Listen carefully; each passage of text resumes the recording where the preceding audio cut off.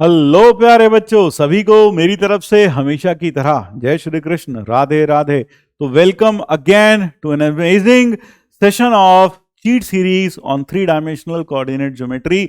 यानी आज हम थ्री डायमेंशनल कोऑर्डिनेट ज्योमेट्री में जानेंगे लेटेस्ट ट्रेंड्स, क्या क्या पढ़ना है, क्या क्या नहीं पढ़ना है, क्या क्या चीजें एक्सक्लूड हो गई हैं, ऐसी कौन सी चीजें जो जेईई मेंस 2020-24 के सिलेबस में अभी भी बनी हुई हैं, या फिर ऐसे कौन से टॉपिक्स थे जो अब हटा दिए गए हैं, जिनको पढ़ने का भी कोई मतलब नहीं बचता है। एनालिसिस शुरू करने से पहले मैं आपको एक इंपॉर्टेंट बात बता दूं, 3D is the top most chapter जिससे अभी तक बहुत सारे सवाल आए हैं। मैक्सिमम प्रॉब्लम्स अगर एनालिसिस किया जाए पिछले 5-6 सालों का, तो आप पाएंगे मैक्सिमम प्रॉब्लम्स अगर किसी चैप्टर से आए वो है 3D। यानी कभी कभी किसी शिफ्ट में एक छोड़िए दो सवाल भी पूछे गए हैं एक ही शिफ्ट में। Even 2 problems have been asked from this very topic. So this really makes 3D an important chapter for JEE Mains 2020-24. इसलिए इस चैप्टर को छोड़ना या इस चैप्टर से दूरी बनाना आपके लिए बहुत ज्यादा हानिकारक सिद्ध हो सकता है। इस चैप्टर को बहुत अच्छे से पढ़िएगा, प्रिपेयर करके जाइएगा। और दूसरी बात, इसका जो रिटर्न है, return on investment of time है, यानी आप इसके ऊपर अगर 5 घंटा 6 घंटा लगाएंगे तो आपको उतना ही अच्छा रिटर्न वहां मिलेगा। यानी इस बात की बहुत हाई चांस है कि आप वहां इस चैप्टर के प्रॉब्लम्स को सही तरीके से कर लेंगे, आराम से आप अपने लिए 4 या 8 मार्क्स बटोर पाएंगे। तो मुझे उम्मीद है आप मेरी ये बात मानेंगे।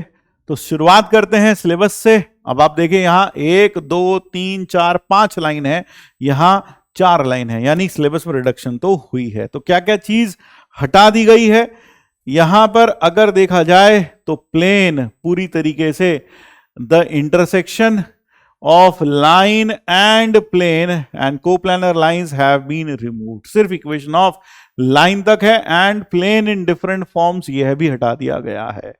तो प्लेन एक तरीके से प्लेन देखा जाए तो पूरी तरीके से अब जेईई मेंस 2020-24 के सिलेबस से रिमूव्ड है। अब प्लेन आपको नहीं पढ़ना है। तो जब प्लेन नहीं पढ़ना है तो लाइन और प्लेन का इंटरसेक्शन भी नहीं पढ़ना है। इस टाइप के बहुत सारे सवाल आते थे आज से पहले कि यह प्लेन है, लाइन इसके पैरेलल है, लाइन इसके परपेंडिकुलर है। तो अब उस तरह के प्रॉब्लम्स अब जेईई मेंस 2020-24 में नहीं दिखाई देंगे। तो प्राइमरीली जो अब प्रॉब्लम्स आएंगे वो स्ट्रेट लाइन पर ही लिमिटेड होंगे, उसके शॉर्टेस्ट डिस्टेंस पर लिमिटेड होंगे, डायरेक्शन कोसाइंस पर, डायरेक्शन रेशियोज पर, एंगल बिटवीन टू लाइंस पर, shortest distance between two skew lines पर। इसी के ऊपर मैक्सिमम प्रॉब्लम्स अब आपको देखने को मिलेंगे। अगर बात की जाए पिछले 5 सालों में इस चैप्टर से आए हुए प्रॉब्लम्स की, तो कौन से टॉपिक से कितने परसेंटेज ऑफ प्रॉब्लम्स देखने को मिलते हैं यहां दर्शाया गया है इस पाई चार्ट में। अगर आप देखें तो 48% अभी तक जो आते थे वो आते थे प्लेन से। This is a huge loss to 3D। यानी अब यह नहीं आने वाले, क्योंकि यह पूरा का पूरा टॉपिक अब जेईई मेंस में 2020-24 में हटा दिया गया है। So this has been removed in 2024। Angle between planes, angle between two lines, इसमें से एंगल बिटवीन प्लेन्स हट गया है। एंगल बिटवीन टू लाइंस ऐसा ही है, angle between line and plane भी अब हट गया है। इक्वेशन ऑफ प्लेन यह भी हट गया है, यह बच गया। यानी 30% बचा है। तो this is 30%।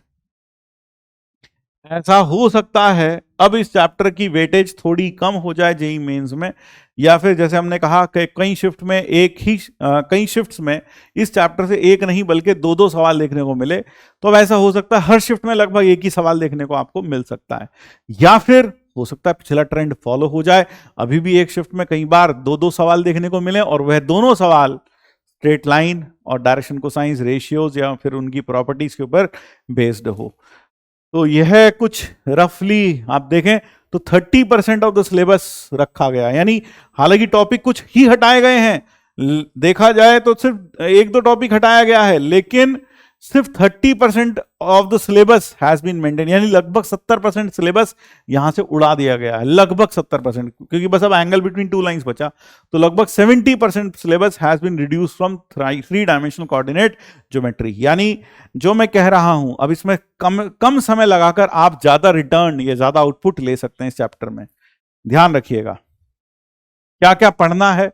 Distance formula, section formula, direction cosines, direction ratios, equation of line in Cartesian form, vector form वाली वेक्टर्स में पढ़ ली होगी, angle between two lines, shortest distance between two skew lines, ये जरूर पढ़ के जाइएगा।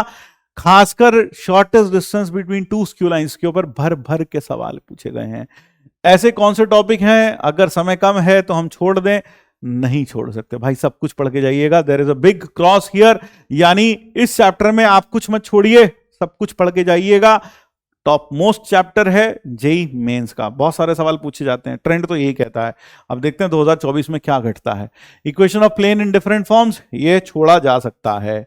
बात करें लेटेस्ट ट्रेंड्स की, यहां जो मैं लेटेस्ट ट्रेंड लेकर आया हूं, this is as per JEE Mains 2023 में या 2022 में जो ट्रेंड देखने को मिला है रिलेवेंट टॉपिक्स में, वो मैं आपके सामने यहां रख रहा हूं। Problem based on shortest distance are in latest trend. भाई सच मानो, मेरी बात पे चाहो तो विश्वास ना करो, खुद जाके देख लो, आपको 2023 में shortest distance between two skew lines के ऊपर बाल्टी भर भर के, कुआं भर भर के सवाल मिल जाएंगे, है ना। आप सोच भी नहीं सकते ये टॉपिक कितना ज्यादा इंपॉर्टेंट है जेई मेंस के पॉइंट ऑफ व्यू से। लगभग हर शिफ्ट में कम से कम एक सवाल तो इसके ऊपर देखने को लगभग मिला ही था। तो शॉर्टेस्ट डिस्टेंस के ऊपर डेफिनेटली प्रॉब्लम आपको आपकी शिफ्ट में दिखाई दे सकता है। Problem based on foot of perpendicular from a given point, है ना, लाइन को वेक्टर फॉर्म में दे दिया, किसी पॉइंट से फुट ऑफ परपेंडिकुलर पूछ लिया, उसके कोऑर्डिनेट्स पूछ लिए, यह भी बहुत ज्यादा ट्रेंडिंग है जेई मेंस में। हो सकता है इसके ऊपर भी आपको अपनी शिफ्ट में प्रॉब्लम्स देखने को मिले। अब बात करते हैं आज का स्पेशल सवाल की। Now here is a problem which was asked on 29th January 2023. Let the coordinates of one vertex of triangle ABC be 0, 2 alpha and the other two lie on this line. यानी कि हमारे पास यह एक line है और यहां पर एक पॉइंट है A, और उस पॉइंट A के साथ में दो पॉइंट्स हैं B और C इसी लाइन पर, जो कि एक ट्राइंगल बनाते हैं। A के कोऑर्डिनेट्स हैं 0, 2 अल्फा, और इस लाइन की इक्वेशन है x plus alpha by 5 y minus 1/2 is equal to z plus 4/3, z plus 4/3। Alpha एक इंटीजर है। एरिया ऑफ ट्राइंगल एबीसी हमें दे रखा है 21 स्क्वायर यूनिट्स।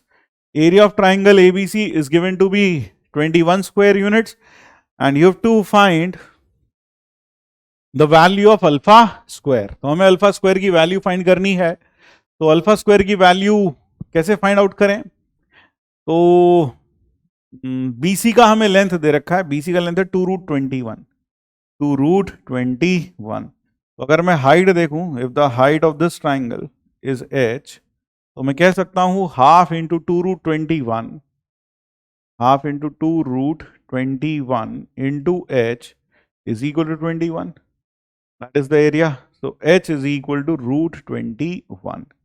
यानी इस ट्राइंगल की जो हाइट है वो √21 है। अब अगर मैं इस लाइन के ऊपर कोई पॉइंट देखूं तो I can say that a point on this line is, कहीं पर भी हो सकता है वो पॉइंट, अंदर बाहर कहीं पर भी, दिस पॉइंट इज से P, this is minus alpha comma 1 comma -4, ये पॉइंट है ना, और ये हाइट है h, ये हाइट है h। और इस लाइन के जो पैरेलल वेक्टर अगर मैं लिखना चाहूं, लाइन के पैरेलल वेक्टर, वो हम इसके dr से लिख सकते हैं 5i प्लस का 2j और प्लस का 3k, ये लिख सकते हैं। अगर मैं ये एंगल को थीटा कह दूं, if I call this angle as theta, तो h जो होगा वो होगा AP sine theta, h will be equal to AP sine theta, बिल्कुल। और ये हम लिख सकते हैं √21 इज इक्वल टू AP, और साइन थीटा को कैसे लिख सकते हैं? Sine theta can be written as AP vector cross V vector divided by magnitude of, इसका मैग्नीट्यूड डिवाइडेड बाय AP का मैग्नीट्यूड इनटू V वेक्टर का मैग्नीट्यूड, ऐसे लिख सकते हैं sine theta. A cross B, आपको पता होगा कि A क्रॉस B जो होता है मैग्नीट्यूड होता है magnitude of A magnitude of B into sine theta. तो यहां से साइन थीटा की value magnitude of A cross B upon magnitude of AP vector into magnitude of V।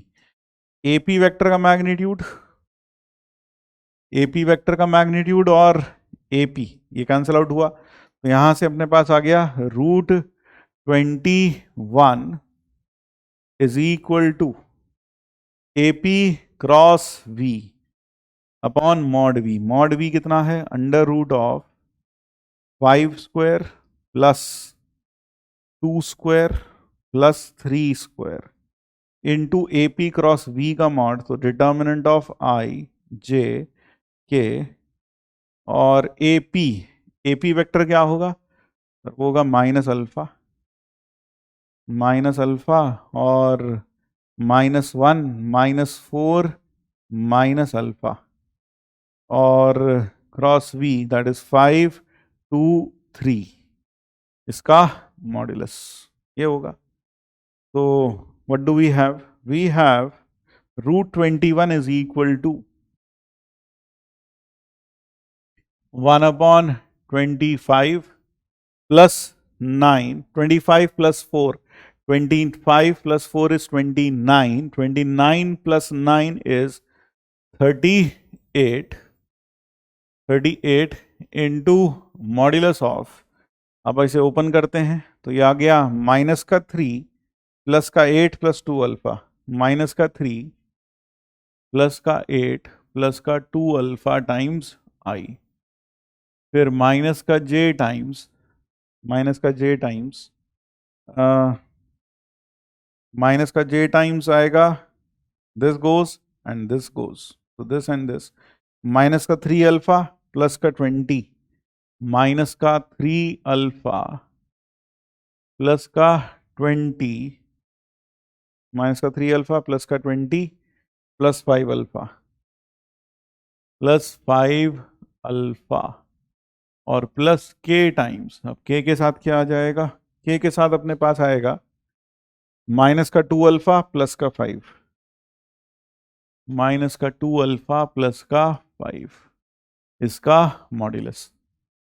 तो 21 इंटू 38 इज इक्वल टू, इसका modulus हो जाएगा 5 plus 2 alpha का square और प्लस 2 अल्फा प्लस 20 का स्क्वायर